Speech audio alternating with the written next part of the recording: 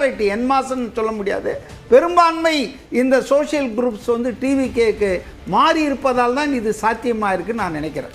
இந்த அமர்வில் நம்மோட ஜவஹர் அலி இணைகிறார். சார் வணக்கம். அதிமுக 79 இடங்களில் முன்னிலை பெற்றிருக்கு. ஆனால் ஆட்சி மாற்றத்தை கொடுக்கும் அதிமுக என்று அதிமுகவுடைய பொதுச்செயலர் எடப்பாடி பழனிசாமி சொன்னார். ஆனால் தாவேக்கா 103 இடங்களில் முன்னிலை பெற்றிருக்கு. அதிமுகவோட இடத்தை தாவேக்கா எடுத்துட்டு இருக்கா, இல்லை திமுகவுக்கு தான் மிக மோசமான தோல்வியா? இது திமுகவுக்கு ஏற்பட்டிருக்கக்கூடிய மிக மோசமான தோல்வி. நாங்கள் ஏற்கனவே சொன்னோம், இந்த 5 வருடம் வந்து தமிழ்நாட்டை ஒரு சீரழிக்கக்கூடிய ஒரு ஆட்சியை திமுக நடத்துகிறது. தமிழ்நாட்டில் சட்டம் ஒழுங்குலாம் மிக மோசமான முறையில் போயிருக்கு அப்படின்ட்டு சொன்னதனுடைய இது தாவேக்கா எவ்வளோ பெரிய ஓட்டுக்கள் வாங்குதுன்னா இந்த திமுகவினுடைய ஆட்சியினுடைய அவலங்கள் தான், அதில் யாரும் மறுக்க முடியாது. இரண்டாவது, தாவேக்காவினுடைய இலக்கு திமுக ஆட்சி விட்டு நீக்கணும், அதிமுகனுடைய இலக்கும் திமுக ஆட்சி விட்டு நீக்கணும். அது அந்த இலக்கை நாங்கள் அடைஞ்சிருக்கோம். ஆனால் நிச்சயமாக பாருங்க, இறுதி கட்டத்தில் எடப்பாடியா தமிழகத்தினுடைய முதலமைச்சர் ஆவாருங்கிற நம்பிக்கையோடு இருக்கிறேன்.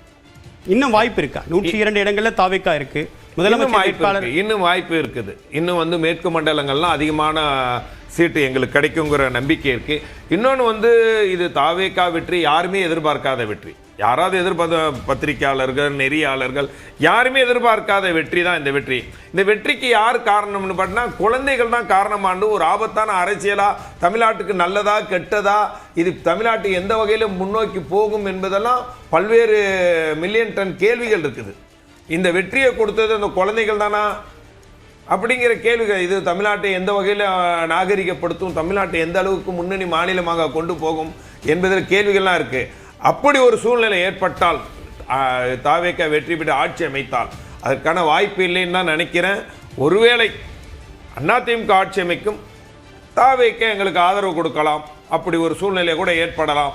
எல்லாருக்கும் எடப்பாடியார் தமிழ்நாட்டிலே ஒரு சிறப்பான ஆட்சியை கொடுத்தால் அதிமுகவுக்கு தாவேக்கா ஆதரவு கொடுக்கணுமா, இல்ல தாவேக்காவுக்கு அதிமுக ஆதரவு கொடுக்க தயார்? நாங்கள் பல காலம் 7 முறை தமிழகத்தை ஆட்சி செய்த கட்சி, தமிழ்நாட்டை முன்னணி மாநிலமாக வைத்திருந்த ஒரு இயக்கம்.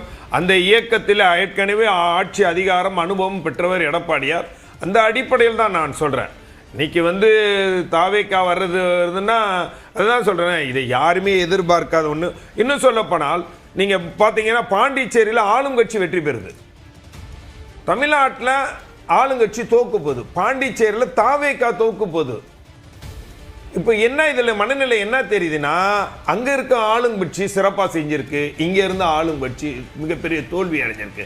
இதனுடைய விளைவு என்னன்னா, மக்கள் ஒரு வாய்ப்பு கொடுக்கலான்னு பார்த்துருக்காங்க. இந்த திமுக மீது வழக்கமாக கோபம், திமுக மீது கோபம் இருந்தா அந்த இடத்துக்கு அதிமுக தானே வரும். இத்தனை வருடங்களாக அப்படிதானே இருந்தது. அந்த வாய்ப்பையும் கொடுத்துருக்காங்க.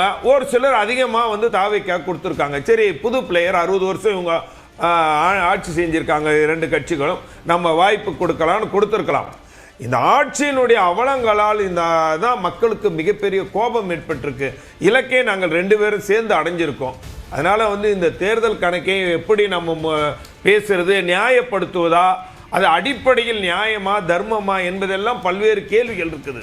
அதனால வந்து ஒரு இது சரியான அரசியலா ஆபத்தான அரசியலா அப்படிங்கிறது. ஆனால் திமுகவுக்கு இது ஒரு மரணடி. திமுக எண்ணிக்கை அப்படின்றத பார்க்கலாம். தற்போது வரைக்கும் தாவேக்கா 101 இடங்களில் முன்னிலை பெற்றிருக்கு. 104 இடங்களில் அவங்க முன்னிலை வகிச்சு வந்தாங்க. இப்போ 3 இடங்கள் குறைந்து 101 அப்படின்ற எண்ணிக்கையில் அவங்க இருக்காங்க.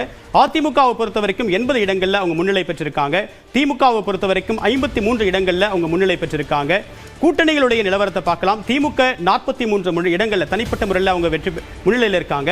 அதுக்கு அடுத்த இடத்தில் இருக்கக்கூடிய காங்கிரஸ் 5 இடங்களிலையும், தேமுதிக 1 இடத்திலையும், விடுதலை சிறுத்தைகள் 1 இடத்திலையும், சிபிஐ 1 இடத்திலும் முன்னிலை பெற்றிருக்காங்க. அதிமுக கூட்டணியை பொறுத்த வரைக்கும் அதிமுக 70 இடங்கள், பாஜக 3 இடங்கள், அமமுக 1 இடம், பாமக 6 இடம். அதிமுகவுக்கு அடுத்தபடியாக பாமக 6 இடங்களில் முன்னிலையில் இருக்காங்க.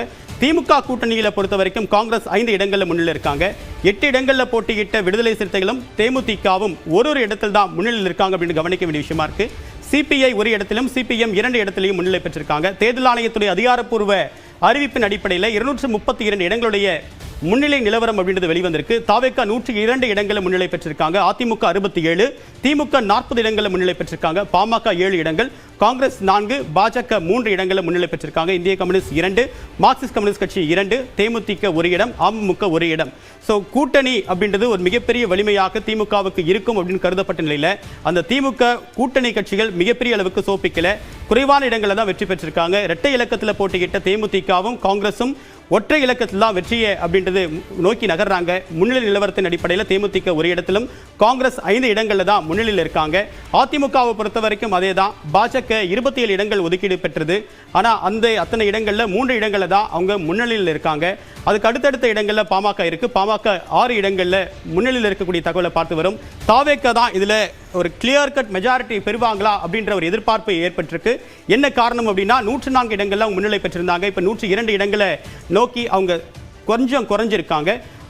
திமுக 63 இடங்கள்ல இருந்து 53 இடங்களாக குறைஞ்சிருக்கு. ஆனால் இப்போ 80 இடங்களாக இருந்த அதிமுக 79 இடமா குறைஞ்சிருக்கு. ஸோ ஒட்டுமொத்தமாக இதுவரைக்கும் எண்ணப்பட்ட வாக்குகளின் அடிப்படையில் சற்று நேரத்திற்கு முன்னதாக வெளியான அறிவிப்பின்படி கிட்டத்தட்ட தாவேகாவுக்கு 35 விழுக்காட்டுக்கும் அதிகமான வாக்குகள் அப்படின்றது வெளிவந்திருக்கு, அவங்களுக்கு கிடைச்சிருக்கு.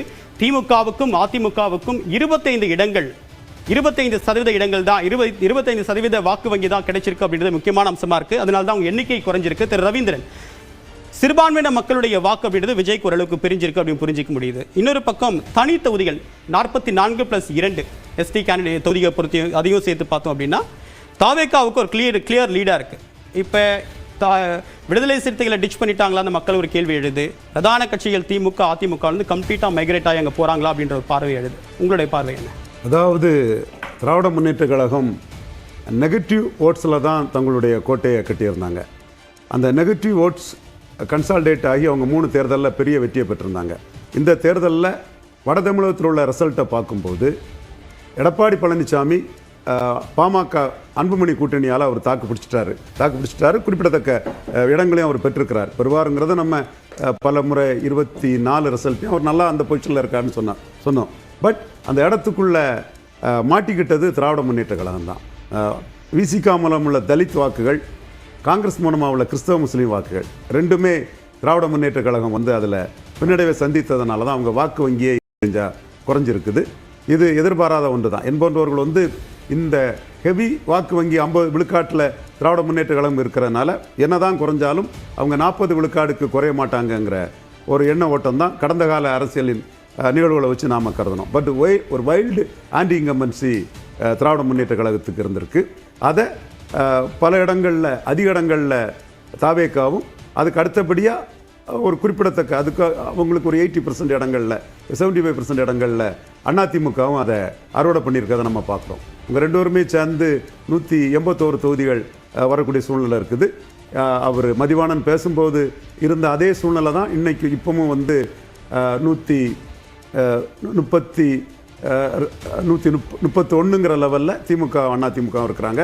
இதில் 31ங்கிற லெவலில் திமுக அதிமுகவும் சொன்னாலும் கூட திமுக அதிமுகவும் 120ங்கிற லெவல் வர இருப்பாங்க. மீதி உள்ள கட்சிகள் பாமக ஒரு 7 இடங்க இருக்காங்க. ஒரு கணிசமான இடத்துல மீதி இருக்கிறது அன்புமணி தான். அன்புமணிக்கு முடிவு வந்து அவருக்கு கை கொடுத்துருக்குது.